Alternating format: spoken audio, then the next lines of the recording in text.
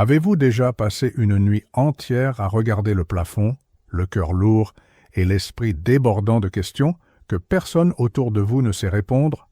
Avez-vous déjà senti qu'il existe quelqu'un dans ce monde avec qui votre âme a conclu un pacte qui précède cette vie, un accord scellé dans des dimensions que la logique humaine ne peut atteindre, et que, quoi que vous fassiez pour l'ignorer, cet appel ne cesse jamais? Avez-vous déjà croisé le regard de quelqu'un et eu la certitude absolue, viscérale, presque bouleversante, que cette rencontre n'était pas un hasard? Si vous avez répondu oui à l'une de ces questions, ce que je vais partager avec vous aujourd'hui est peut-être exactement ce que votre âme attendait d'entendre. Parce qu'aujourd'hui, nous n'allons pas seulement parler de la théorie des flammes jumelles. Aujourd'hui, nous allons plonger au cœur du mystère le plus attendu, le plus redouté et le plus désiré de tout ce chemin. Comment s'accomplit, concrètement, l'union physique des flammes jumelles? Pas dans le plan des idées, pas uniquement dans la conscience ou dans les rêves. Nous parlons du moment concret, réel, tridimensionnel, où deux fragments d'une même âme originelle se retrouvent enfin dans le plan de la matière, de façon définitive, préparée et sacrée. Dolores Cannon a passé des décennies à explorer des séances de régression hypnotique avec des patients du monde entier. À travers ces séances, elle a accédé à des couches de la conscience humaine que la science conventionnelle ne sait pas encore nommer. Et dans bon nombre de ces séances, un thème revenait avec une constance remarquable. Le processus d'union entre les flammes jumelles n'est pas aléatoire. Il n'est pas le fruit du hasard. Et il n'obéit certainement pas aux règles de l'amour ordinaire. C'est un processus orchestré par des forces qui opèrent bien au-delà de notre compréhension quotidienne. C'est un mécanisme cosmique qui se déploie avec une précision infaillible et qui ne s'accomplit que lorsque certaines conditions énergétiques, spirituelles et humaines sont dûment alignées. Dans cette vidéo, vous allez découvrir quels sont les signes qui précèdent l'union physique, ce qui se passe dans votre corps, votre esprit et votre énergie lorsque ce moment approche, pourquoi le processus semble parfois si chaotique avant de se révéler divin et quel rôle vous devez jouer pour que cette union puisse se concrétiser dans le monde physique. Et avant de continuer, j'ai besoin de vous faire une demande. Restez jusqu'à la fin parce que ce que je vais révéler dans les dernières étapes de cette vidéo est précisément ce que la plupart des gens n'entendent jamais, le détail qui sépare ceux qui attendent indéfiniment de ceux qui vivent enfin l'union qu'ils ont toujours rêvée. Abonnez-vous à la chaîne maintenant, parce qu'ici nous explorons ces thèmes avec la profondeur qu'ils méritent chaque jour. Activez la cloche de notification pour ne manquer aucun contenu. Et maintenant, avançons ensemble. Avant de comprendre comment l'union physique s'accomplit, il est fondamental de saisir ce qu'elle est réellement, parce qu'il existe une confusion immense autour de ce concept qui fait souffrir beaucoup de gens inutilement. L'union physique des flammes jumelles n'est pas simplement être dans le même espace que l'autre personne. Ce n'est pas une rencontre fortuite, ce n'est pas une relation qui commence sur une application de rencontre, et ce n'est certainement pas cette histoire intense, mais éphémère, que beaucoup confondent avec la connexion des flammes. L'union physique est le stade où deux âmes, après avoir traversé toutes les couches de purification et de maturation spirituelle exigées par leur chemin, choisissent consciemment de s'établir ensemble dans le plan physique avec intention, clarté et maturité. Ce qui rend cette union différente de toute autre relation n'est pas l'intensité de l'attraction, ni la chimie irrésistible, ni même cette sensation de familiarité qui surgit dès la première rencontre. Ce qui la rend singulière, c'est qu'elle porte en elle une mission qui transcende l'amour des deux. Lorsque deux flammes jumelles s'unissent physiquement, elles ne construisent pas seulement une vie ensemble, elles ancrent dans le monde une fréquence spécifique d'amour qui a le pouvoir d'influencer tous ceux qui les entourent. Elles deviennent un portail. Les archives de séances conduites par Canos révèlent que dans des vies passées, de nombreuses flammes jumelles s'étaient déjà côtoyées, sans parvenir à accomplir l'union. Les raisons varient. L'une des âmes n'était pas suffisamment guérie. Il y avait des karmas en suspens avec d'autres personnes, des missions individuelles devaient être accomplies avant que la mission commune puisse commencer. Et ainsi, vie après vie, elles continuaient à se rencontrer, à se reconnaître, à s'aimer, mais sans pouvoir maintenir l'union de manière complète. Cette vie, pour beaucoup de ceux qui vivent ce chemin, est différente. C'est le cycle où le règlement des comptes spirituels est en train de s'achever. Et c'est pour cela que l'intensité est si différente de tout ce que vous avez vécu auparavant. Voici le point que très peu de personnes connaissent et que Canon a documenté avec une précision qui va vous surprendre. L'union physique des flammes jumelles ne peut pas se produire tant que l'une des deux âmes opère encore principalement depuis la peur. Cela semble simple. Mais lorsque vous comprenez ce que cela signifie en pratique, la complexité se révèle. Opérer depuis la peur ne signifie pas avoir peur des araignées ou du vide. Cela signifie prendre des décisions pour éviter la douleur, plutôt que de suivre la joie. Cela signifie construire des relations par insécurité plutôt que par choix authentiques. Cela signifie chercher une validation extérieure parce que l'on n'a pas encore trouvé sa propre plénitude intérieure. Cela signifie rester dans des situations qui ne servent pas son évolution parce que le connu, même s'il étouffe, semble plus sûr que l'inconnu, même s'il libère. Tant que l'une des deux flammes jumelles opère principalement dans cette fréquence, l'union physique est différée, non comme une punition, non comme une cruauté cosmique, mais parce qu'une connexion qui exige un niveau vibratoire élevé ne peut tout simplement pas se maintenir si les personnes impliquées portent encore des schémas qui contredisent cette fréquence. Ce qui doit se produire avant l'union est une alchimie interne profonde dans les deux âmes. Et cette alchimie est rarement confortable. Elle ressemble généralement à une crise, à des pertes, à l'effondrement de structures qui semblaient solides, un emploi qui perd son sens, une relation qui se termine, un cercle social qui se dissout, une identité qui ne sert plus. Dans les archives auxquelles Canon a accédé, de nombreux patients ont décrit cette période comme la préparation qui ressemble à une destruction. Et c'est peut-être la description la plus précise qui soit. Vous êtes démonté et remonté en une version de vous-même capable de porter le poids sacré d'une véritable union. Lorsque l'union physique approche, le premier endroit où les signes apparaissent est le corps. Pas l'esprit, pas l'intuition, pas les rêves. Le corps. Beaucoup de personnes rapportent une agitation physique inexplicable des semaines, voire des mois, avant de retrouver leur flamme jumelle. C'est comme si la chair savait ce que la conscience n'a pas encore traité. Un fourmillement dans les mains, une sensation de chaleur dans la poitrine sans raison apparente, une énergie qui semble ne pas avoir de place où aller, qui vous pousse à sortir, à marcher, à explorer, à changer de route. Vos journées ordinaires deviennent soudainement insuffisantes, comme si le décor de votre vie était sur le point de changer d'acte. Il y a également ce qu'on peut appeler une purge émotionnelle. D'anciennes douleurs que vous pensiez avoir traversées remontent à la surface de façon inattendue. Des souvenirs de rejet, d'abandon, de honte arrivent sans invitation. Ce n'est pas une régression, ce n'est pas de la folie, ce n'est pas une faiblesse. C'est le système énergétique qui se nettoie avant de recevoir quelque chose de nouveau. C'est comme préparer une maison avant d'accueillir un hôte très précieux. Il faut d'abord retirer tout ce qui s'était accumulé avant de créer l'espace pour ce qui vient. Les rêves deviennent hyperactifs et cinématographiques pendant cette période. Beaucoup de flammes jumelles rapportent rêver de l'autre âme de façon si vivante qu'elles se réveillent avec la sensation d'avoir eu une vraie conversation. Dans certains cas, les deux font des rêves similaires ou même identiques la même nuit, sur des lieux qu'ils n'ont jamais visités ensemble, sur des conversations qu'ils n'ont jamais eues, sur des scènes qui ressemblent à des souvenirs d'une autre vie. Les synchronicités se multiplient de façon qu'il devient impossible d'ignorer. Le nombre de votre flamme en séquence numérique, des chansons qui parlent exactement de ce que vous ressentez jouant au bon moment, des conversations que vous entendez par hasard et qui semblent vous être directement adressées. L'univers commence à parler dans une fréquence plus élevée et vous réalisez que votre capacité à écouter ce langage s'est développée. Un autre signe puissant est l'intensification de la connexion télépathique. Vous pensez à la personne et en quelques secondes, vous recevez un message d'elle.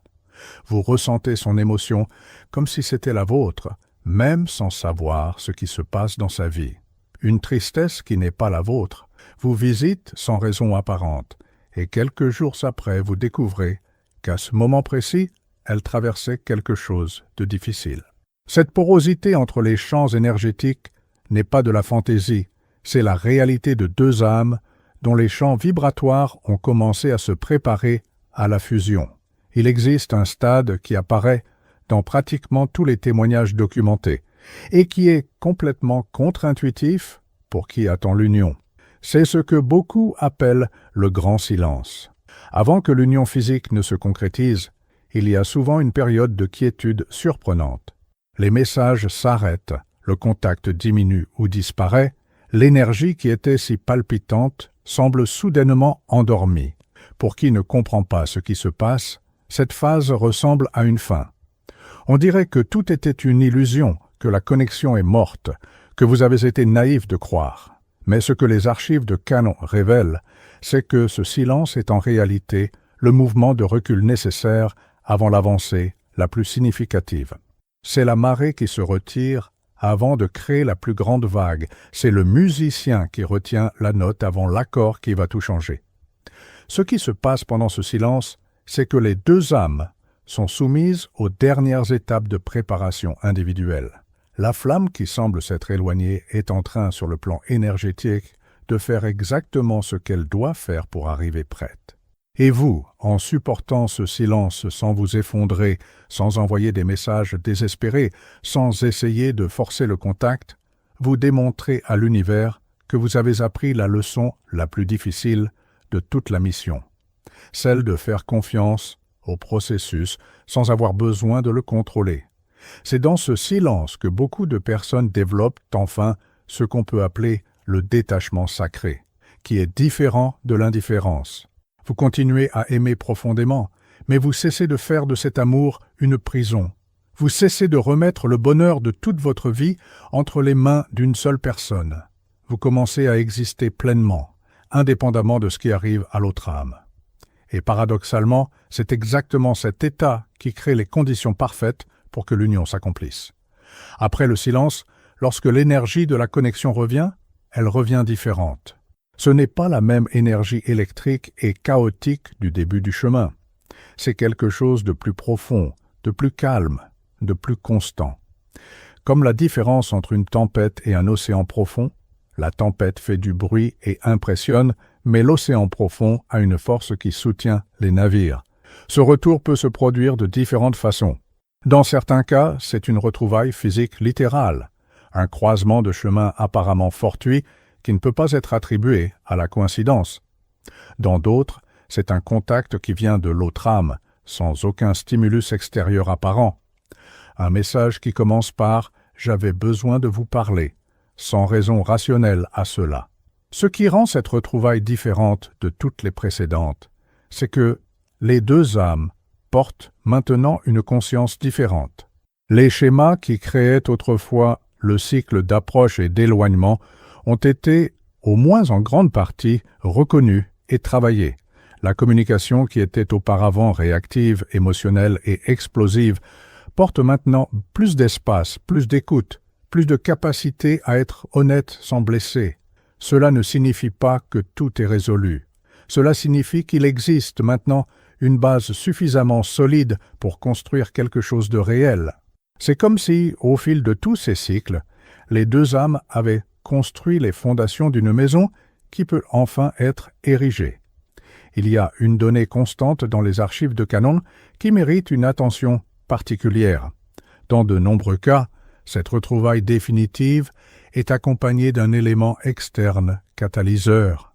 Un déménagement dans une autre ville, une perte significative, la fin d'une autre relation, une crise de santé, un projet qui met les deux âmes en contact pour des raisons pratiques. L'univers utilise rarement seulement l'amour comme argument. Il utilise des circonstances concrètes pour créer la rencontre, parce qu'il sait que l'esprit rationnel humain a besoin de justification qu'il comprend. Lorsque les flammes jumelles se retrouvent dans l'étape qui précède l'union physique définitive, Ce qui se passe dans le corps de chacune est quelque chose qui défie toute description clinique. Beaucoup rapportent une sensation de reconnaissance physique qui va au-delà de l'émotionnel. Le système nerveux répond à la présence de l'autre personne d'une façon différente de tout autre être humain au monde. C'est une calibration. Comme si deux instruments de musique construits à partir du même matériau étaient enfin placés côte à côte et commençaient à vibrer en résonance. Il y a une sérénité qui arrive avec cette énergie. Une sérénité qui n'est pas un engourdissement, c'est le contraire. C'est une présence totale, un état d'alerte tranquille où tout semble plus net, plus réel, plus significatif. Les conversations dans cette phase ont une qualité différente. Elles sont honnêtes, d'une façon qui n'exige pas de courage, parce que la présence de l'autre désactive les mécanismes de défense. Il y a également une série de phénomènes physiques rapportés avec une fréquence qui ne peut pas être ignorée. Une chaleur intense dans les paumes des mains lorsqu'ils sont proches. Une pulsation dans les chakras centraux, particulièrement le cœur et le plexus solaire. Dans certains cas, une sensation de légèreté physique, comme si la gravité était légèrement suspendue. Et dans des cas plus rares, mais documentés, des phénomènes lumineux autour du corps, perçus par des tiers présents dans le même espace. Ce n'est pas de la poésie, c'est la réponse du champ énergétique humain à une fréquence vibratoire qu'il reconnaît comme étant de sa même origine.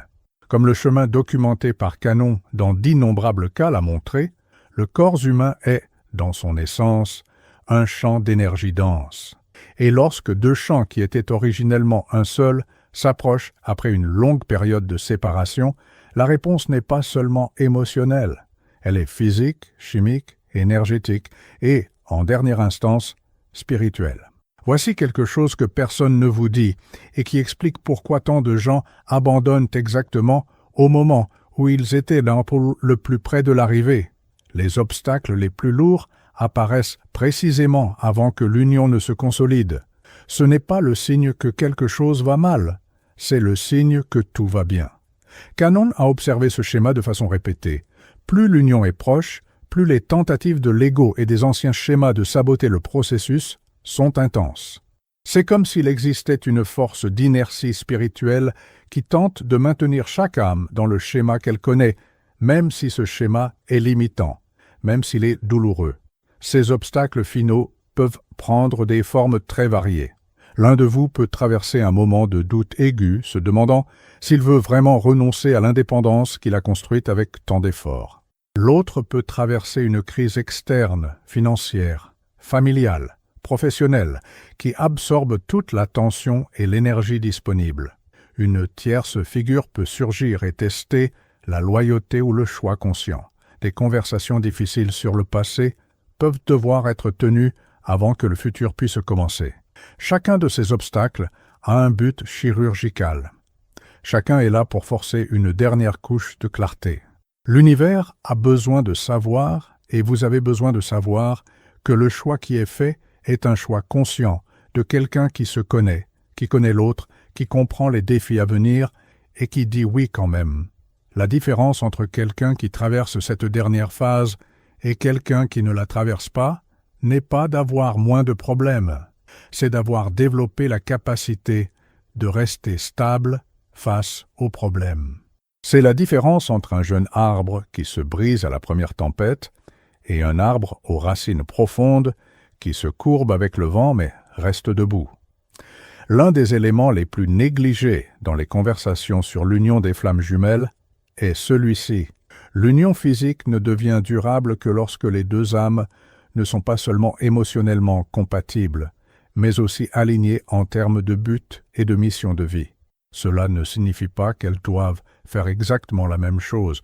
Cela signifie que leur vision d'avenir, leurs valeurs essentielles, leur disposition à servir et à contribuer au monde doivent pointer dans la même direction.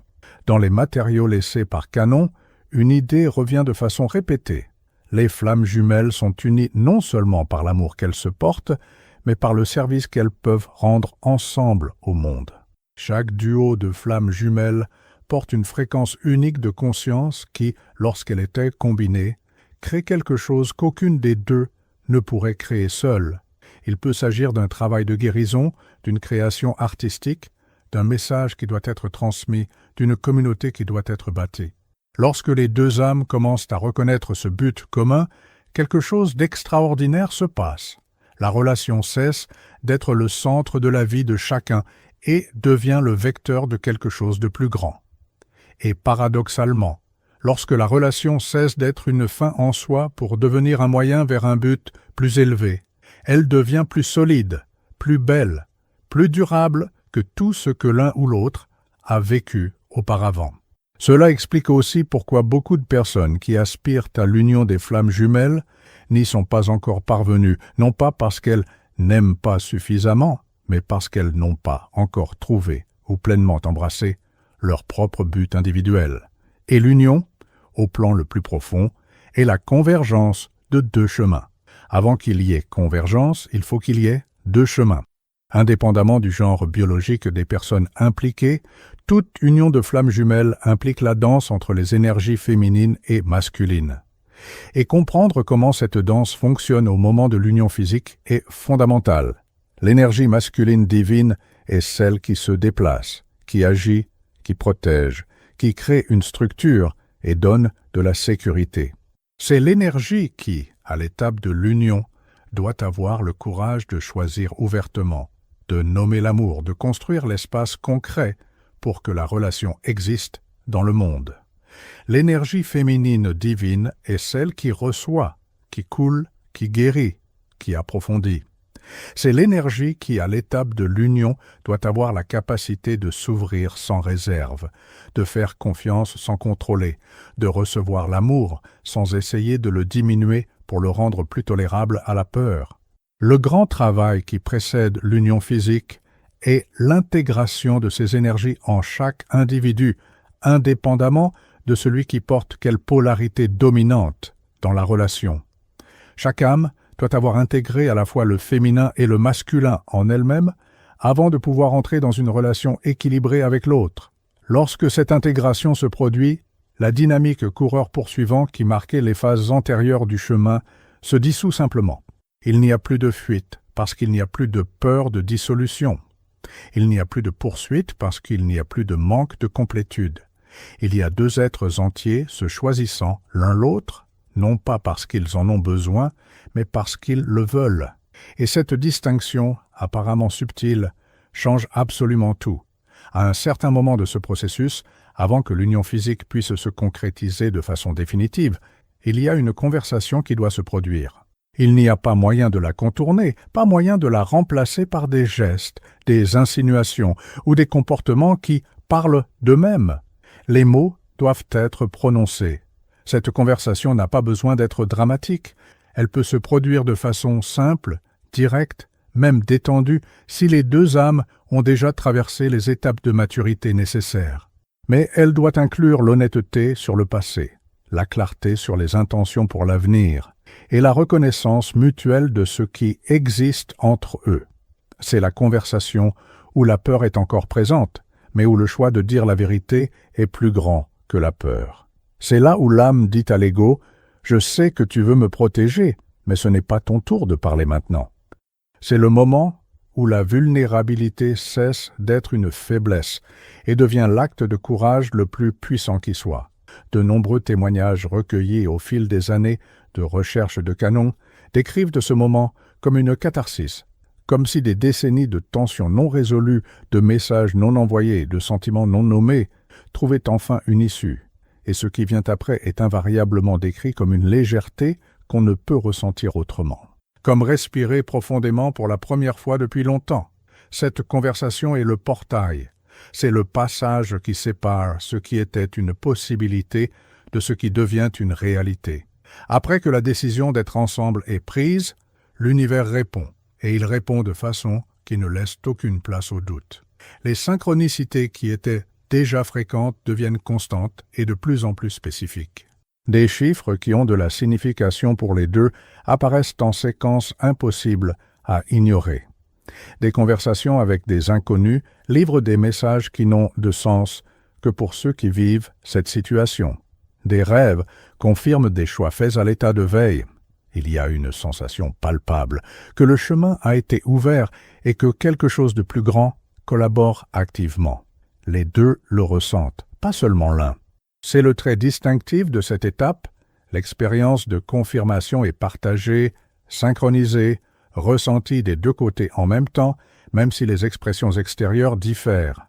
Dans les archives de Canon, des patients décrivaient cette phase comme « sentir que le temps a changé », comme si un état de grâce avait été activé, où les coïncidences cessent d'en être et sont clairement comprises comme des messages d'une intelligence qui opère au-delà de la tridimensionnalité. La quête n'est pas terminée, mais pour la première fois, elle donne l'impression que la direction est absolument claire. La vie après l'union physique des flammes jumelles n'est pas un conte de fées, et c'est précisément pour cela qu'elle est réelle, qu'elle est puissante, qu'elle vaut chaque seconde de ce qui a été exigé pour y arriver. Ce qui existe après est une base, un ancrage, un foyer qui n'est pas une adresse, mais une présence. Vous avez désormais dans le monde quelqu'un qui vous connaît dans les couches que personne d'autre n'atteint, qui n'a pas besoin d'explications pour comprendre ce que vous ressentez, qui a grandi à vos côtés d'une façon qu'il est impossible de reproduire avec toute autre personne. Les défis du quotidien existent encore. Les différences apparaissent encore. La vie présente encore ses pierres sur le chemin. Mais il y a maintenant une différence fondamentale. Vous ne naviguez plus seul, et l'autre à vos côtés ne fuit plus et ne pourchasse plus. Il est présent, choisissant, construisant. Canon a documenté que de nombreux couples de flammes jumelles, ayant atteint l'union physique, ont rapporté un changement dans la façon dont ils impactaient les personnes autour d'eux, une qualité de présence, une générosité qui coule naturellement, une capacité à aimer sans condition qui s'étend au-delà de la relation. La mission dont nous parlions commence à se manifester. L'amour ne se termine pas en eux, il commence en eux et se propage. Et cela confirme l'une des vérités les plus profondes de la cosmologie de Canon. Les flammes jumelles ne s'unissent pas seulement pour elles-mêmes, elles s'unissent pour servir, pour prouver que c'est possible, pour être la preuve vivante que l'amour transcendant n'est pas seulement une belle idée, mais une réalité accessible à ceux qui sont prêts à parcourir le chemin. Si vous avez regardé jusqu'ici, une chose est certaine, vous n'êtes pas quelqu'un qui vit le chemin des flammes jumelles de façon passive. Vous cherchez à comprendre, à traiter et à vous préparer. Et cela vous place déjà en avance par rapport à la grande majorité des personnes qui vivent ce processus dans l'obscurité. Mais comprendre n'est pas suffisant. Il existe des actions concrètes, des postures spirituelles et des choix quotidiens qui créent ou détruisent les conditions de l'union physique. La première et la plus importante de toutes est de cesser de mettre votre propre vie en attente en fonction de l'arrivée de l'autre personne. L'union ne vient pas combler un vide, elle vient rejoindre une plénitude. Si vous posez des projets, évitez des relations, négligez votre croissance spirituelle parce que vous attendez que la présence de la flamme jumelle change tout, vous retardez et non accélérez le processus. La deuxième posture fondamentale est l'honnêteté radicale envers vous-même. Pas sur combien vous aimez, sur combien vous avez grandi, sur quels schémas sont encore actifs, sur quelles peurs gouvernent encore vos choix. L'âme sait distinguer la vraie connaissance de soi de l'auto-illusion. Et l'univers calibre la vitesse du processus en fonction de ce qu'il voit, pas de ce que vous déclarez. La troisième est de pratiquer l'amour inconditionnel dans toutes les relations de votre vie, pas seulement avec la flamme jumelle, que ce soit avec la famille, les amis, les collègues de travail, des inconnus. Chaque fois que vous choisissez l'amour plutôt que la peur dans le moindre des actes quotidiens, vous accordez votre fréquence à la vibration qui permet et soutient l'union sacrée. Et la quatrième, la plus contre-intuitive de toutes, est d'apprendre à recevoir l'amour sans le diminuer. Beaucoup de personnes ont passé tant de temps à aspirer à l'amour que, lorsqu'il commence à apparaître, elles le sabotent. Elles se méfient, elles testent, elles réduisent. Apprenez à le laisser entrer. Apprenez à être aimé avec la même grâce avec laquelle vous aimez. Si cette vidéo a touché quelque chose en vous, si à un moment vous avez senti que ces mots ont été écrits spécifiquement pour ce que vous vivez. Alors j'ai besoin que vous fassiez une chose maintenant. Restez ici. Ne quittez pas cette chaîne. Parce que ce que vous avez vu aujourd'hui n'est qu'un fragment de ce que nous partageons ici chaque jour. Chaque vidéo est une pièce d'une carte plus grande, la carte dont vous avez besoin pour naviguer avec clarté, avec force et avec la sagesse de quelqu'un qui comprend ce qui se passe plutôt que d'en souffrir seulement. Abonnez-vous maintenant en cliquant sur le bouton qui se trouve ici à l'écran. Ne remettez pas à plus tard. Et maintenant, je veux vous entendre. Laissez dans les commentaires ici quelle partie de cette vidéo a le plus résonné avec ce que vous vivez en ce moment. Êtes-vous dans les signes qui précèdent l'union? Êtes-vous dans le silence? Êtes-vous dans la dernière épreuve avant l'arrivée? Dites-le moi, parce que chaque commentaire que vous laissez ne m'aide pas seulement à comprendre ce que vous avez besoin de voir ensuite, mais crée aussi une communauté d'âmes qui se reconnaissent et se renforcent mutuellement. Et cela, en soi, est déjà une forme d'ancrage de l'amour dont nous parlons. Souvenez-vous, votre chemin est sacré, son temps est parfait. Et le fait que vous soyez ici, cherchant, apprenant, grandissant, est déjà la preuve que vous êtes sur le bon chemin.